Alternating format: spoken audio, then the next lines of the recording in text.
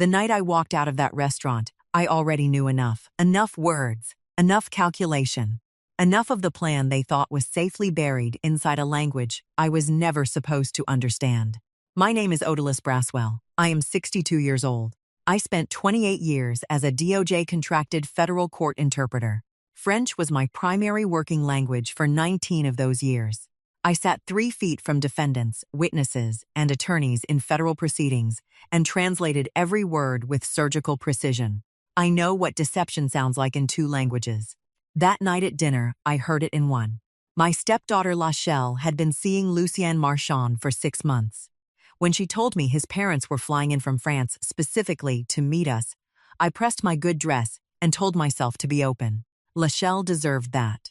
She had been through enough loss for one life, and the way she talked about Lucien, the way her whole face changed, I wanted it to be real for her. I genuinely did. The restaurant was upscale Jacksonville, white tablecloths, soft lighting, the kind of place where people perform their best selves. Lucien arrived first with Lachelle, and I will say this, the man is polished, warm handshake, easy smile. He looked at Lachelle the way a man looks at something he chose carefully. I noticed that. I filed it. Armand and Sylviane Marchand arrived 7 minutes later. Armand was tall, silver-haired, impeccably dressed. Sylviane was the kind of elegant that takes decades to construct. They embraced Lachelle like they had always known her. The table felt warm, easy. I let myself breathe.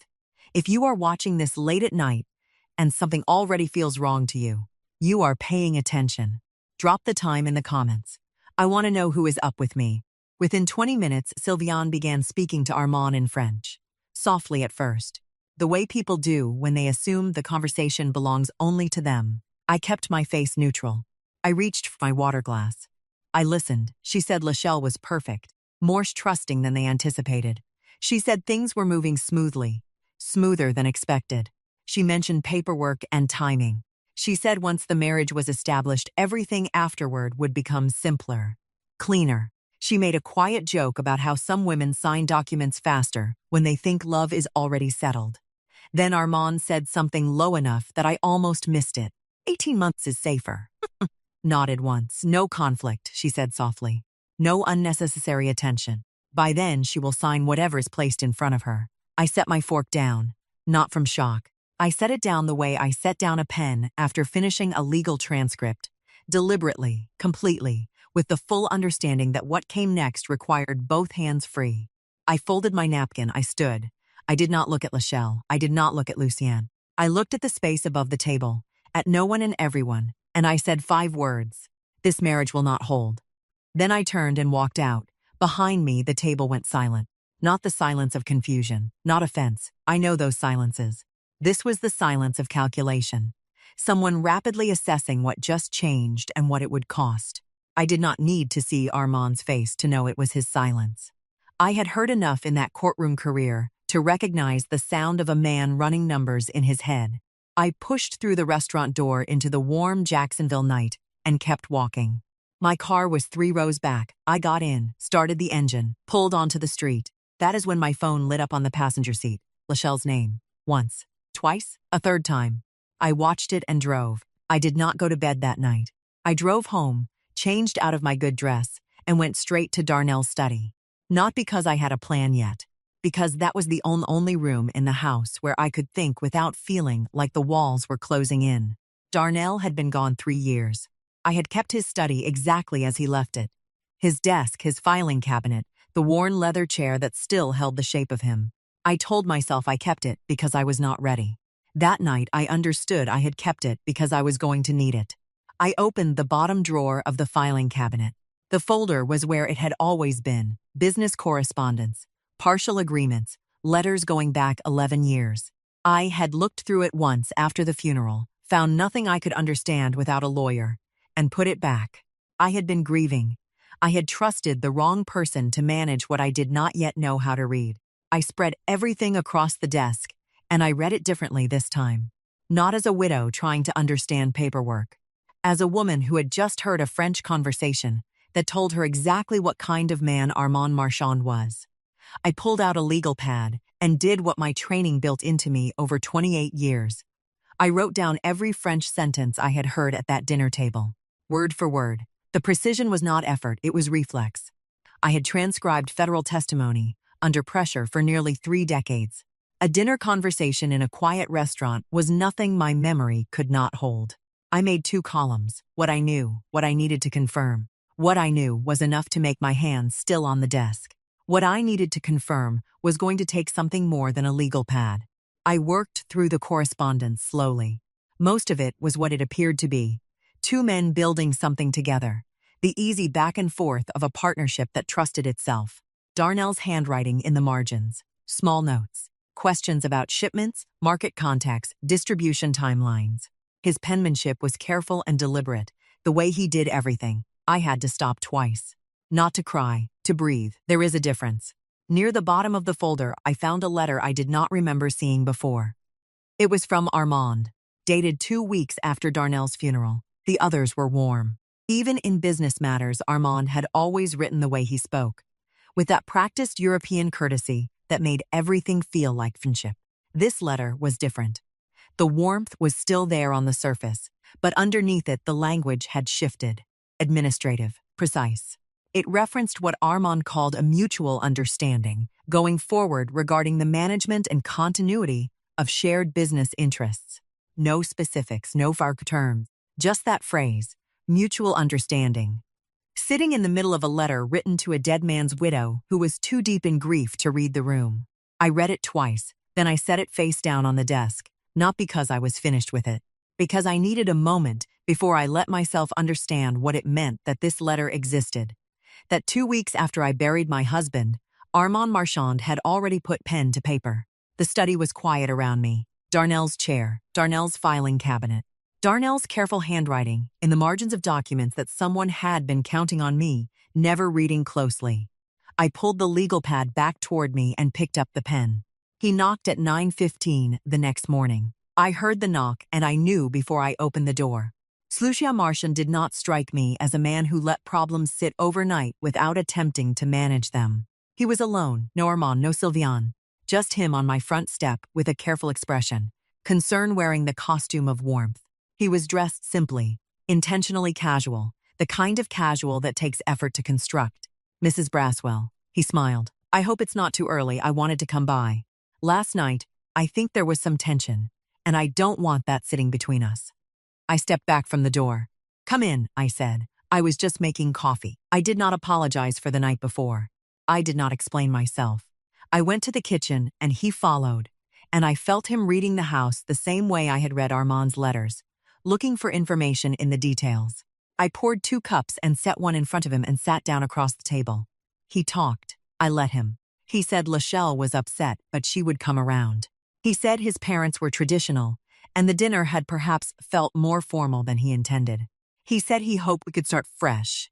That family mattered to him, that my relationship with Lachelle mattered to him, that he wanted to be someone I could trust. Every sentence was correctly constructed. The pauses were placed where pauses should go. The eye contact was steady without being aggressive.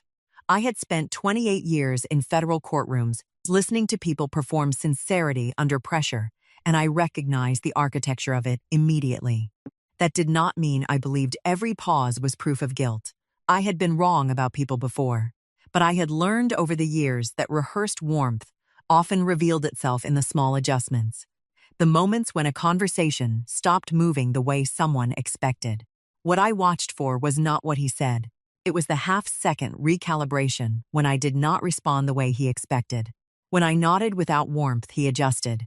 When I asked a simple question about how he and Lachelle met, and let the silence sit a beat too long after his answer, something moved behind his eyes. Quick, almost imperceptible. And then the smile came back, slightly repositioned. He was good. I gave him that. I gave him nothing else. I was pleasant, unhurried. I asked about France. I asked about his work in a way that required no specific answer. I refilled his cup without being asked. I was the picture of a woman who had simply had an emotional moment at dinner and was now graciously moving past it. By the time he stood to leave, his posture had loosened. He believed he had accomplished what he came to do. I walked him to the door and said it was good of him to stop by. He said, of course, family first, and smiled the smile he had been wearing the whole visit, warm, practiced, generous. I closed the door and went straight to the window. His car was still in the driveway. He had not started the engine. He sat completely still, not checking his mirrors, not on his phone. Just sitting with both hands in his lap, staring through the windshield at nothing. That stillness. I had seen it before, across a restaurant table, on a different marchand. Maybe I was reaching too much into it. Maybe he was simply collecting himself before driving away. But something about the quiet calculation of it settled wrong in my chest. Then his phone lit up. He glanced at the screen, and something in his whole body changed. The set of his shoulders, the angle of his jaw. He answered and smiled. But it was not the smile he had worn in my kitchen. This one was looser, unbothered. The smile of a man who had just stepped out of a role he had been playing and back into himself. I could not see the screen from the window. But the timing, the expression, the ease that settled into him, I suspected the call was Lachelle. She did not knock. She had a key, and she used it, and the sound of my front door opening that afternoon told me everything about what kind of conversation was coming. Lachelle walked into the living room, and she was not the glowing woman I had watched across a restaurant table the night before. She was hurt. The kind of hurt that has had hours to harden into something sharper. She stood in the middle of the room and looked at me. "You humiliated me." I did not respond immediately. I set down what I was holding and gave her my full attention. She deserved that much. His parents flew from France, Mama. They crossed an ocean to sit at a table with us, and you walked out. You just left, in front of everyone. Her voice cracked on the last word, and she pressed past it. "Do you know what Lucienne had to say to them after you left? Do you know how I felt sitting there?" I kept my face steady, not cold, steady. "You have never trusted anyone I loved, not once. Every time I find something good, you find a reason to pull back from it, and this time I am not going to let you do it." She stopped, swallowed. "Lucien is a good man. His family came here in good faith, and you insulted all of them." She was not wrong about how it looked. I understood that completely. From where she was testing, she had watched her stepmother stand up at a family dinner and deliver a verdict without explanation. She had every right to be angry. What she did not have was the information that made my silence the only sane. If I told her what I heard, right now in this room, with nothing but a legal pad of notes and a folder of old correspondence, Lucien would know within the hour. He would call it grief, paranoia. A lonely widow projecting darkness onto the first happiness her stepdaughter had found. And Lachelle, standing here with that crack in her voice, would want to believe him. Not because she was foolish, because she was in love, and love looks for reasons to hold on. Any accusation I made today would hand him exactly the window he needed to accelerate everything. So I absorbed it, every word. I let her finish completely before I spoke. "I hear you," I said, "and I am not going to argue with how it looked." I paused. "I am asking you for one thing. Just slow the engagement down a little. Nothing dramatic. Just give it some time before anything is announced. Give me a little time." She stared at me. "Time for what?" "Just time." Her jaw tightened. "No." She picked up her bag from the chair. "I am done waiting for you to be comfortable with my life." She moved toward the door and stopped with her hand on the frame. "I love you, but I am not doing this." The door closed behind her, not a slam. That almost made it worse. I sat with the quiet for a long time. Silence is not weakness. I had to keep reminding myself of that. Silence right now was the only move that kept the outcome intact. Anything else, and I lost her before I could protect her. That evening, I was in Darnell's study when my phone screen lit up with a notification. Lachelle had posted on social media an engagement announcement. A photograph of her and Lucien, her face radiant, his arm around her shoulders. The Marchands had already commented, all three of them, warmly, immediately, as if they had been waiting with their fingers ready. 3 days. No calls to Lachelle. No contact with the Marchands. Just Darnell's study, his filing cabinet, and every document he left behind spread across that desk in the order I needed them. I had been an executor of his estate since the week after he died. His Turk had walked me through the role at the time. What it meant, what it required, what authority it carried. I had nodded through most of it, while grief sat on my chest like something physical. I had signed what needed signing, and trusted that the important things were handled. I understood now that trusting things were handled was exactly what someone had been counting on. I pulled everything, business filings going back 11 years, bank correspondence, partial agreements, records of an import-export operation with reach into both the U.S. market and southern France. Darnell's name was on all of it alongside Armand Marchand's, 50% each. Built over a decade of what looked, from the paper trail, like genuine partnership. The business was real, profitable, established, and Darnell's half of it had never been formally distributed from his estate. I called my attorney that same afternoon, not to move yet, to understand what I was standing on before I put any weight on it. He confirmed what I needed to hear. As executor, I had full legal standing to act on any matter involving estate assets. That included a business interest sitting unresolved in probate. The standing was not ambiguous. It was clean. Then he told me something that stopped me completely. Someone had filed a motion several months earlier to have Darnell's estate declared administratively closed due to inactivity.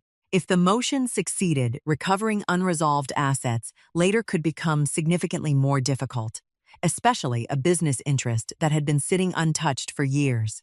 I sat with that for a moment. Lachelle had met Lucien sometime around that same stretch of months. Not exact, but close enough that I felt something cold move through me anyway. I told my attorney I would call him back, and I returned to the desk. I went through the older correspondence more carefully this time. Letters from Armand across the full 11 years. Updates, proposals, the comfortable shorthand of two men who had worked alongside each other long enough to stop explaining themselves. Darnell's margin notes throughout. His handwriting precise and unhurried, the way he approached everything he cared about. Near the bottom of a stack from 4 years back, I found a letter from Armand that referenced something in passing. A family update, brief, the kind of line a man adds to a business letter to keep it warm. He mentioned that Lucien had recently married. He gave the wife's name, Isabeau. Darnell had circled it in pencil, lightly, the kind of circle a person makes when something catches their attention, without yet knowing why. There was no note beside it, no question, just the circle, thin graphite around a single name. I stared at it for a long time.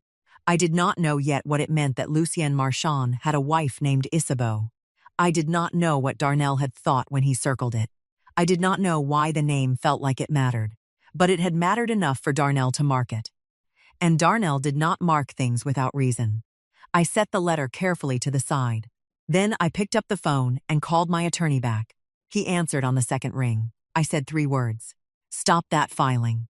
Lachelle called me on a Tuesday morning, and I could hear it in her voice before she said a word.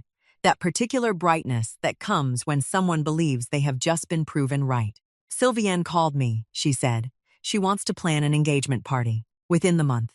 She said it is a European tradition. That the family celebrates properly before they return home. A pause. She was so warm, Mama, she didn't have to do that. I kept my voice even. What did you tell her? I told her yes. Another pause, this one pointed. Lucien also called. He said Armand's health has been uncertain lately. That it would mean everything to his father to see them properly celebrated while he's still feeling well enough to enjoy it. I said nothing. I just thought you should know, Lachelle said. The warmth in her voice had a quiet edge to it. She was not calling to inform me.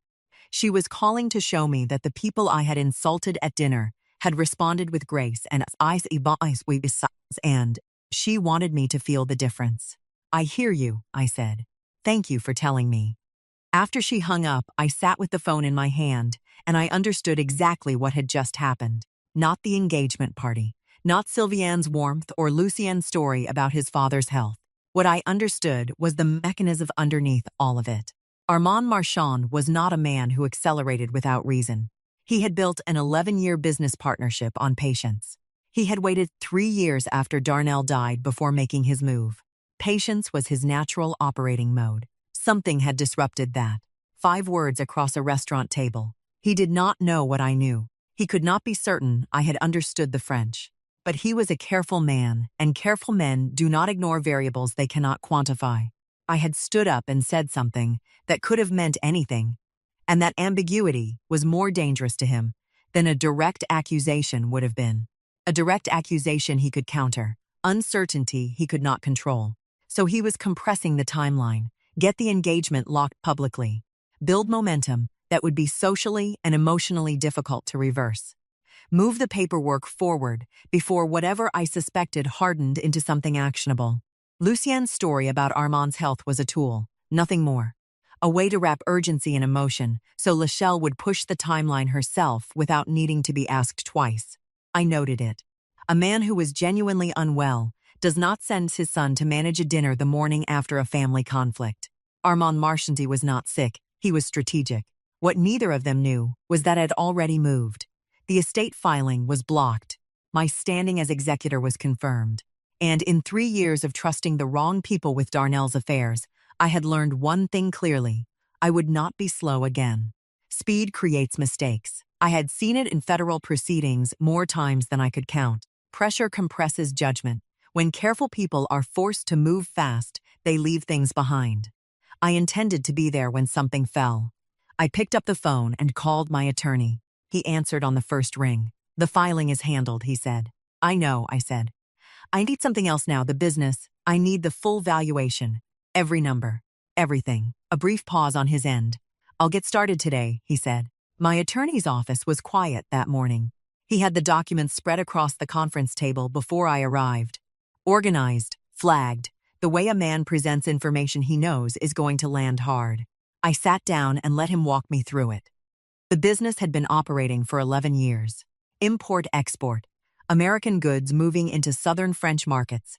European specialty goods coming back the other direction. Established supplier relationships on both sides. A client base that had taken years to build. The kind of operation that does not happen by accident. 2 men had built it carefully, and it had grown steadily, because they were both good at what they did. Darnell's 50% share based on current valuation was substantial. My attorney gave me the number, and I sat with it for a moment without speaking. It was enough to permanently change Lachelle's financial life. Enough to fund whatever she wanted to build. Enough to matter enormously to anyone who needed it to disappear quietly. Since Darnell's death, Armand had been drawing full operational income, not his half, all of it. Managing the business as though sole ownership had transferred to him automatically, which it had not, could not, and never would without documentation that did not exist. I asked about the partnership structure. My attorney confirmed what the files had already suggested. The agreement between Darnell and Armand was never fully executed. No buy-sell provision, no succession clause. What that meant legally cut in both directions. Armand could not easily prove sole ownership. But it also meant Lachelle's inherited interest had been sitting unprotected in open water for 3 years, while Armand collected everything it produced. What he needed was her signature releasing that interest. One document. Properly worded, properly pressured, signed by a trusting woman who did not know what she was holding. I pulled out the letter, the one dated 2 weeks after Darnell's funeral. I slid it across the table. My attorney read it without rushing. Then he looked up. This is him positioning himself as informal manager of the estate's business interest, he said. It carries no legal weight. It was never filed with the court. It was never countersigned by anyone with standing to agree to it. He set it down. This is a piece of paper Armand Marchand wrote to himself. 2 weeks after my husband's funeral. While I was choosing what to put on the table at the repast, Armand had been at a desk somewhere composing the first document in a plan he had already begun building. I thanked my attorney and drove home. That evening, I went back to the filing cabinet. I had been through most of it by now, but there was a section in the back I had not fully cleared. Older materials, photographs, things Darnell had kept for reasons that were his own. I found the photograph near the bottom. Darnell and Armand at a business dinner, both of them laughing. The full, unguarded laugh of men who are genuinely comfortable with each other. Armand had his arm around Darnell's shoulders. Darnell was looking at something off camera, his face completely open. He had no idea. That was what the photograph showed me that the documents could not. Darnell had trusted this man completely, not cautiously, not professionally. The way you trust someone you have eaten with, traveled with, built something real alongside for over a decade. He had no idea what kind of man was standing next to him. I held the photograph for a long time. Then I turned it face down on the desk. My attorney called as I was sitting there. I answered. "There's one more thing," he said. "Armand's financial activity since Darnell's death, the income he's been drawing, the transactions. Some of it moved across state lines, repeatedly." He let that sit for a moment. "The pattern raises questions beyond a simple accounting dispute," he said carefully. Depending on the representations made and how the money was moved, it could interest the wrong kind of investigators. I want to review that part more thoroughly before I say anything stronger. I called Lucien on a Wednesday morning and kept it simple. I told him I had been thinking and that I owed him a proper conversation. That I was not good at apologies, but I was trying. Would he come for coffee? He said yes without hesitating. That told me something too. He arrived at 11. Same careful casualness as before. The clothing, the expression, the measured warmth. He had prepared for this visit. I had been counting on that. Prepared people follow their preparation. They stop listening as closely as they should. I made coffee, and we sat, and I let him set the early tone. He was gracious about it. Magnanimous, even. He said he understood that grief changes people, and that he held no resentment. I nodded and thanked him, and then I started asking questions the way I had learned to ask them in 28 years of federal work. Sideways, embedded inside other sentences, dressed as curiosity rather than examination. The first confirmation came 12 minutes in. I mentioned Darnell warmly. Said I had been going through some of his old business papers. Just organizing, I said. The way you do when grief finally lets you move. And that it was good to be reminded of what he had built. I described the import-export structure in general terms and watched Lucien's face. He nodded. Specific.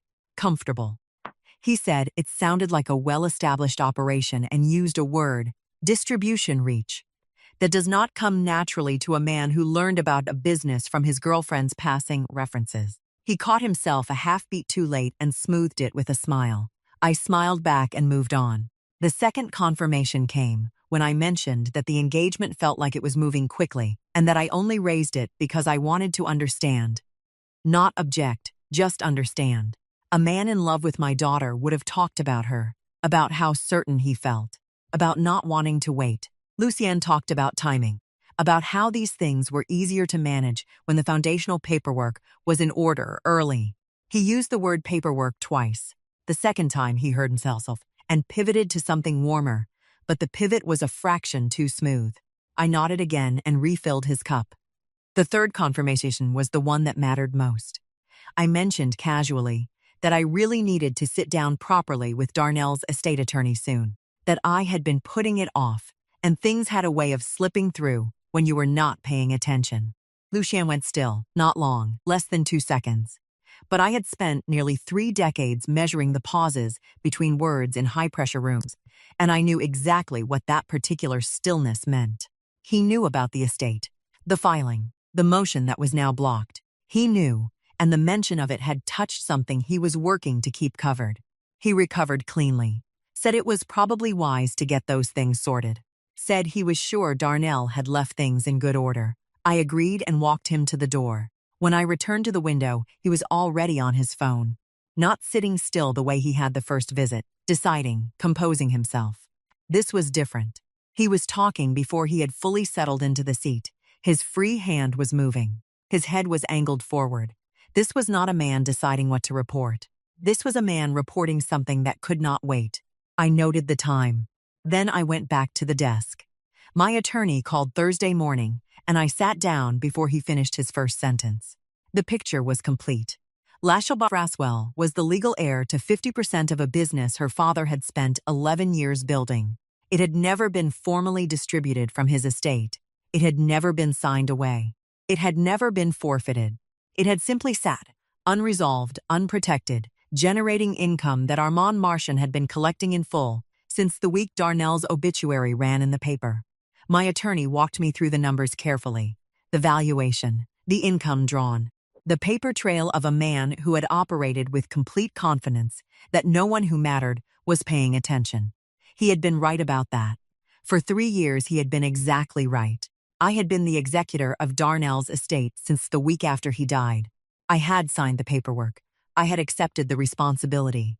And then, grief had sat on me like a stone, and Armand had arrived at the repast with food and condolences, and that warm European courtesy, and I had trusted him the way Darnell had trusted him. Completely, without architecture, because it had never occurred to either of us that the friendship was a position he had always been willing to abandon when the numbers were right.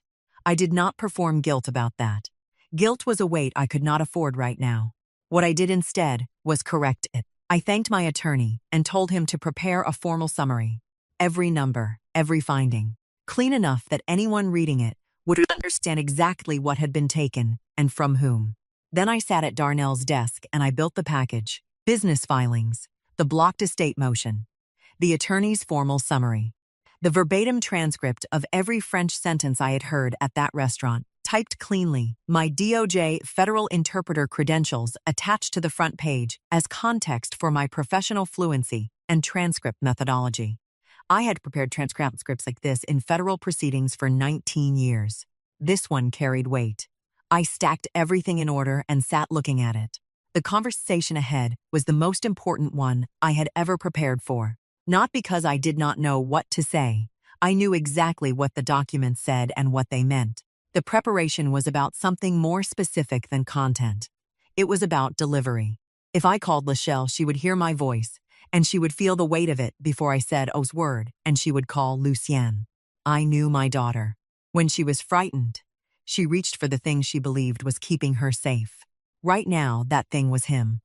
A phone call gave her 30 seconds to reach for her other phone before I had said anything she could hold on to. The documentation was physical. It had to be placed in front of her where she could touch it, read it, sit with it, before her hands reached for anything else. I could not do that through a phone call. I picked up my phone anyway, old reflex. The instinct to prepare someone before you arrive. I held it for a moment. Then I set it face down on the desk. I gathered the package, picked up my keys, walked through the house to the front door, and pulled it open, and stood for a moment in the warm Jacksonville air. Lachelle lived 14 minutes away. I got in the car. Lachelle answered to the door, ausclose, her hair pulled back, a Sunday ease about her that told me she had not been expecting anyone. When she saw me, her expression shifted, not quite closed, not quite open, somewhere cautious in between. Mama, not a greeting, a question. I need to sit with you, I said. Please. She stepped back and let me in. Her apartment was tidy, warm. There were flowers on the kitchen counter, the kind a man sends when he wants to be thought of in the spaces he does not yet occupy. I noted them and said nothing. I moved to the small dining table and set the package down and sat. Lachelle stayed standing, her arms crossed loosely, not defensive yet, just uncertain. She was reading the package on the table without touching it. What is that? She said. Sit down, baby. Something in my voice reached her. She sat. I did not ease into it.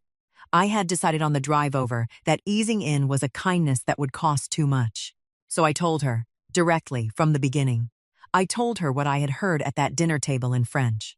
Every sentence Sylviane had spoken to Armand while Lachelle sat glowing 3 feet away. I told her what the words meant. The timeline, the paperwork, the 18 months, the divorce that had already been planned before the engagement was even announced. Lachelle's jaw tightened. That is not, let me finish. She closed her mouth. I told her about her father's business, what he had built, what it was worth, what Armand had been collecting since the week Darnell was buried. I told her about the estate filing, the motion to close it, initiated 3 months ago, right when Lucien introduced himself to her.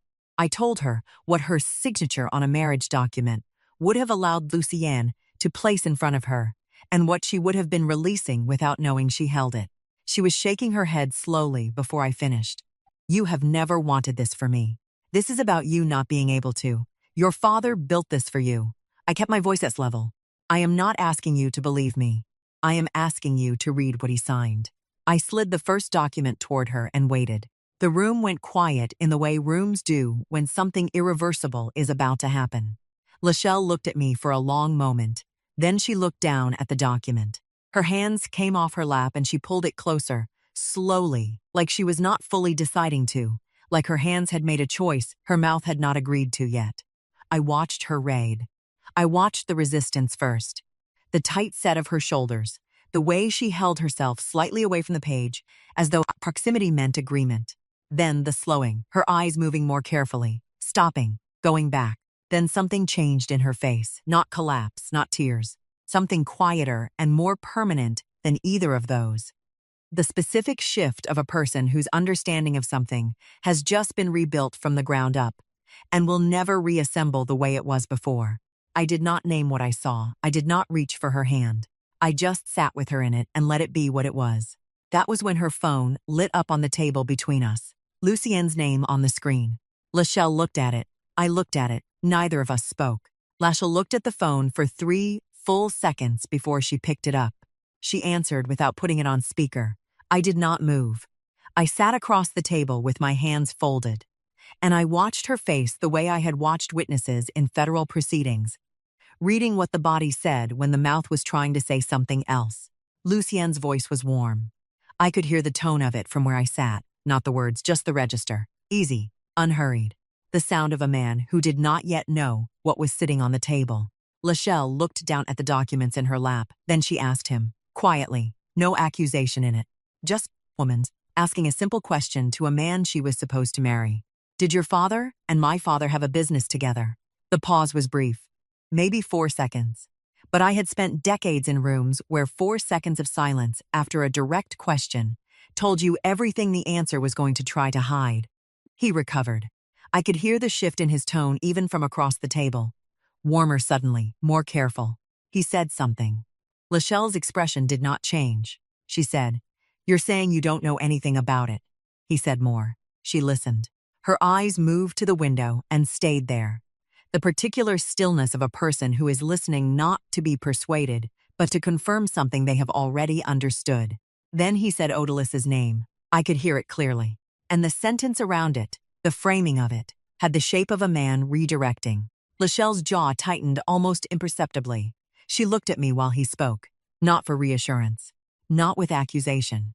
She looked at me the way you look at someone when you decide whether the thing in front of you is real, and you already know the answer, but you are taking one last moment before you let it change everything.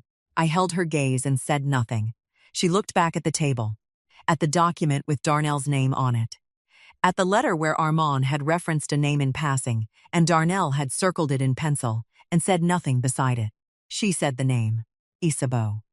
The silence on the other end of that phone was a different kind of silence than the first. Longer, heavier. The silence of a man who has just heard something he was not prepared to hear and is calculating how far it reaches. When he spoke again, his voice was calmer than before, controlled. He said she was misunderstanding fragments of information that had nothing to do with them. Lachelle closed her eyes for 1 second, just one. Then she opened them. Okay, she said, quietly. Okay, she ended the call. She did not throw the phone. She did not raise her voice. She set the phone face down on top of the documents, on top of her father's name, on top of the circled pencil mark, on top of everything, and she looked at her hands in her lap. The apartment was very quiet. I did not reach for her. I did not speak. Some moments require a witness, not a hand. I sat with her in it and let it be exactly as large as it was. We stayed like that for a while. Then my phone rang. I did not recognize the number immediately. I answered. The voice was warm, measured, impeccably pleasant. Mrs. Braswell. A slight pause. This is Armand. I think we should meet. I did not call Armand back that night.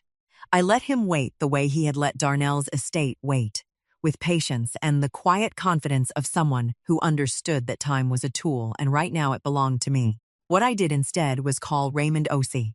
We had worked parallel federal assignments for 11 years. He as a litigation support specialist, me as the interpreter in the same proceedings. When he left DOJ, he moved into international legal services. If anyone could locate a woman in France without alerting the family connected to her, it was Raymond. I told him only what he needed to know. A name, a country, a family. 3 days later, he called me back with a phone number and a time zone. I waited until early evening Jacksonville time, late night in France, and I dialed. She answered on the 4th ring. Oui, careful, already guarded. I spoke in English deliberately. I wanted her to choose the language, to feel the small control of that choice. My name is Odalis Brass, I said. I am calling from Jacksonville, Florida. I am not connected to the Marchand family. I need 5 minutes. A pause. People who say they are not connected to that family are often the most connected. I understand that, I said. I would feel the same way. Silence. I did not push into it. I did not fill it with reassurance or urgency. I had learned in federal work that the worst thing you can do with a reluctant witness is crowd them. So I waited. Then she said, "What do you want?" I have a young woman here who was chosen for her signature, I said. Her father built something real and spent 11 years building it.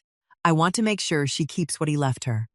The silence this time was longer, different in quality from the first. Not suspicious, something else. Something working through itself. When Isabeau spoke again, her voice had shifted. Not warm, but open in the specific way of a person who has been holding something alone for too long and has just been handed a reason to put it down. She knew about Lachelle. She had known for months. She had been told the American arrangement was temporary. Armand's word, delivered directly, with the certainty of a man who did not expect to be questioned. She had been told Lucienne would handle the matter and come home, and that would be the end of it. She had spent months understanding that none of that was true. The plan was longer than she had been told. More deliberate. Lucienne was not coming home on the timeline she had been promised because the timeline had never been what Armand described to her. She had been managed the same way Lachelle had been managed, with careful information, selectively delivered, designed to keep her cooperative and quiet. She confirmed the marriage, the date, the location in France. She confirmed the plan as Armand had explained it to her. She confirmed that every direction had come from him. Then she said, "What do you need from me?" "A written statement," I said. "Formal signed. Everything you just told me." A long pause. "I will need a few days," she said carefully. "I want it written correctly." "Take the time you need," I said. After the call, I sat in the quiet of her for a long time. Two women. One man's damage running through both their lives like a crack in a foundation. Present from the beginning. Invisible until the weight became too much. I picked up my phone and called Armand. He answered on the second ring. "I have been hoping to hear from you," he said. "Let's meet," I said. Isabeau's statement arrived early the following week. I printed it, and added it to the stack without comment. It said everything it needed to say in the precise, careful language of a woman who had decided that if she was going to speak, she was going to be believed.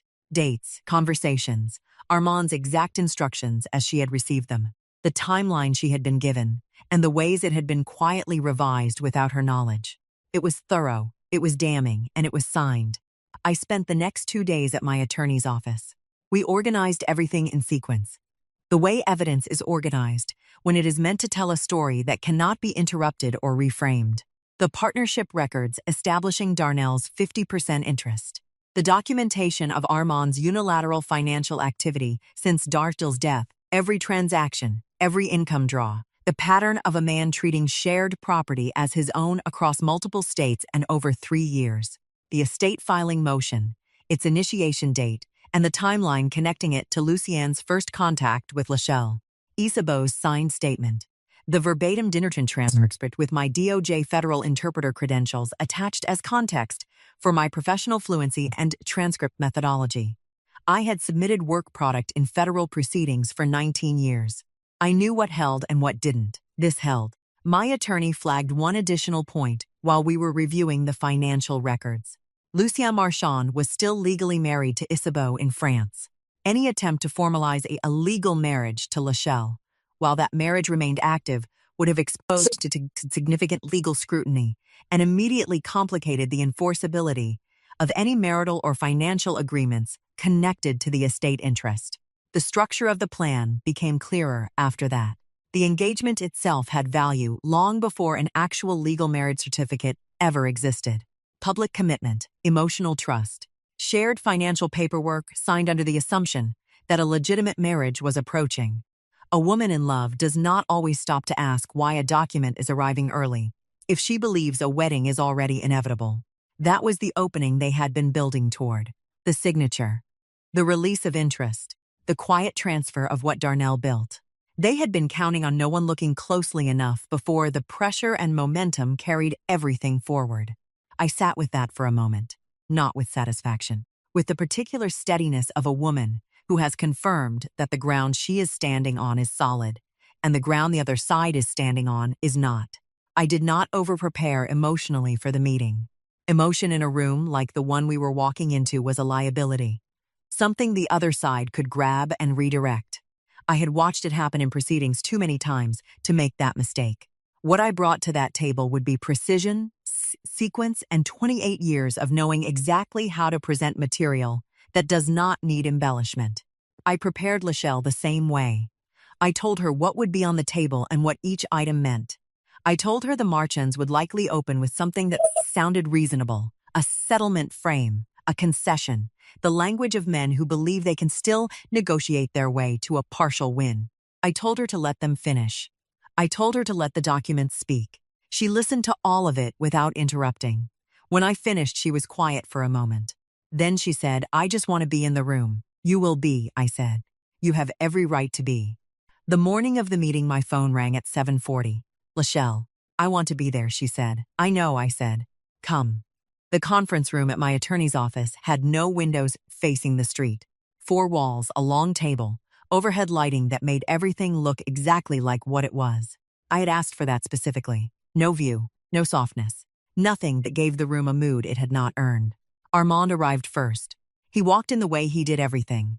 Unhurried, composed, the kind of man who has never needed to rush because rooms have always arranged themselves around him. He wore a dark jacket, no tie.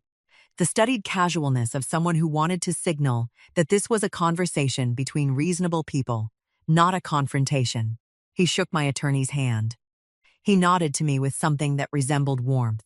Lucien came in behind him and took the chair to his father's left without looking across the table. Sylviane sat to Armand's right, her posture precise, her expressions pleasant and closed. Lachelle sat beside me and said nothing. Armand opened. He was good at it.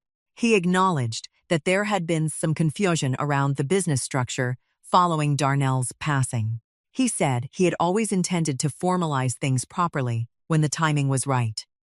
He said he understood emotions were running high and that he respected that, and that in the spirit of honoring what Darnell had built, he was prepared to offer a settlement.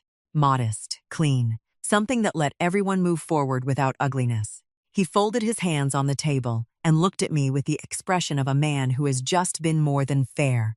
I let him finish completely. Then I opened the folder. I placed the documents on the table one at a time, the way I had placed transcripts before judges for 28 years. Without commentary, without expression, in the sequence that told the story most clearly. The partnership records first. Darnell's name, Armand's name, 50% each. 11 years of a business that had never legally changed hands. The financial records next. Every income draw Armand had made since Darnell's death, totaled, dated, crossing state lines in a pattern my attorney had documented thoroughly and characterized in writing as civil fraud with federal wire fraud exposure. The estate filing motion, initiation date circled, 3 months ago. The same month, Lucien introduced himself to Lachelle. Isabeau's signed statement. I placed it directly in front of Armand. He looked at it without touching it. Something moved through his face and was gone in under a second. The bigamy documentation last. Lucien's legal marriage in France. The date, the registration, the legal consequences. Any subsequent marriage void from inception. Every document signed within it unenforceable. I did not editorialize. I did not raise my voice. I presented. The room was completely quiet. Lucien was looking at the table, not at Lachelle, not at me. At the surface of the table in front of him, like a man waiting for something to be over. Sylviane's composure, which had held through every chapter of this, fractured, not dramatically. A tightening around the eyes, a stillness in her hands that was different from controlled. The stillness of someone who has just understood that the room they walked into was not the room they prepared for. Armand went very still. I recognized it. I had clocked it the first time across a restaurant table when I said 5 words and stood up. It was not confusion. It was never confusion. It was calculation. Running the numbers, finding them gone. He knew. He had known since that dinner. He had simply believed he could outrun it. He could not. The Marchans gathered themselves to leave in silence. Chairs pushed back. Jackets straightened. That was when Lachelle spoke. She looked directly at Lucien. Her voice was even, quiet. "My father liked you," he told me once. A pause. "I thought you should know that." Lucien stopped. He had no answer. There was no answer to that sentence, and every person in that room understood why. Over the following months, the legal process moved the way precise documentation usually moves, slower than television, quieter than rumor, steadily enough that the other side never found a clean seam to pull. Lachelle's inherited 50% share was formally recognized through probate court proceedings after the estate records were fully reviewed. The administrative closure motion, filed months earlier against Darnell's estate, was challenged and ultimately struck from the record after the court determined the filing party had no standing to initiate it. My standing as executor was never the issue. It had simply been waiting for me to use it. The civil claim against Armand was filed through my attorney. 3 years of unilateral income, draws from a jointly held business interest, documented across multiple states, were organized and presented with the same sequence that sat on that conference room table. Questions surrounding the financial activity were separately referred for additional review by the appropriate authorities. What happened after that was no longer in my hands. What was in my hands had already been documented, organized, and spoken for itself. The Marchands retained French counsel within days of returning home. They left Jacksonville with none of what they came for. Not Lachelle's signature, not the business, not the quiet resolution Armand had believed he could negotiate in a conference room with a woman he had badly underestimated for 3 years. They left with active civil exposure following them across the ocean, and Isabeau's written statement permanently attached to the record surrounding the dispute. Lucien's existing marriage to Isabeau collapsed whatever credibility remained around the engagement. Any path toward a legitimate marriage to Lachelle had already been compromised long before she understood what was happening around her. The engagement ended quietly after that, not with screaming, not with spectacle. Just the slow legal and emotional unraveling of something that had never been what it claimed to be. The plan was over. Lachelle did not heal quickly. I did not expect her to. The damage of understanding you were selected rather than loved does not resolve on a legal timeline. It moves at its own pace through a person, and there is nothing anyone can do to accelerate it. I did not try. What I did was stay close without crowding, available without demanding. The way you sit near someone in the dark, not to fix anything, just so they are not alone in it. 3 weeks after the meeting, she came to the house on a Sunday afternoon. No particular reason given. She let herself in with her key the way she always had, and found me in the kitchen, and we made tea and moved without discussion to Darnell's study, the room we had both been circling around for different reasons for 3 years. We sat. The room held us the way it always had. His desk, his chair, the filing cabinet that had given us everything we needed when we finally looked closely enough. Lachelle's eyes moved to the desk, to the photograph sitting there. Darnell and Armand at that business dinner, laughing, completely unguarded. I had left it face up after the first major rulings came down. Some things deserve to be looked at directly, once it is safe to do so. She reached over and picked it up. She looked at it for a long time, long enough that I stopped watching and simply waited. Then she set it face down on the desk, the same way I had, in the same motion, without knowing she was completing something I had started. I watched it happen and said nothing for a long moment. Then I said, "Your father kept good records. He just didn't know he'd need them for this." Lachelle looked at the face-down photograph. Something in her exhaled, not a sound, just a release, and she nodded slowly. They came for what Darnell built. They forgot he left me here first.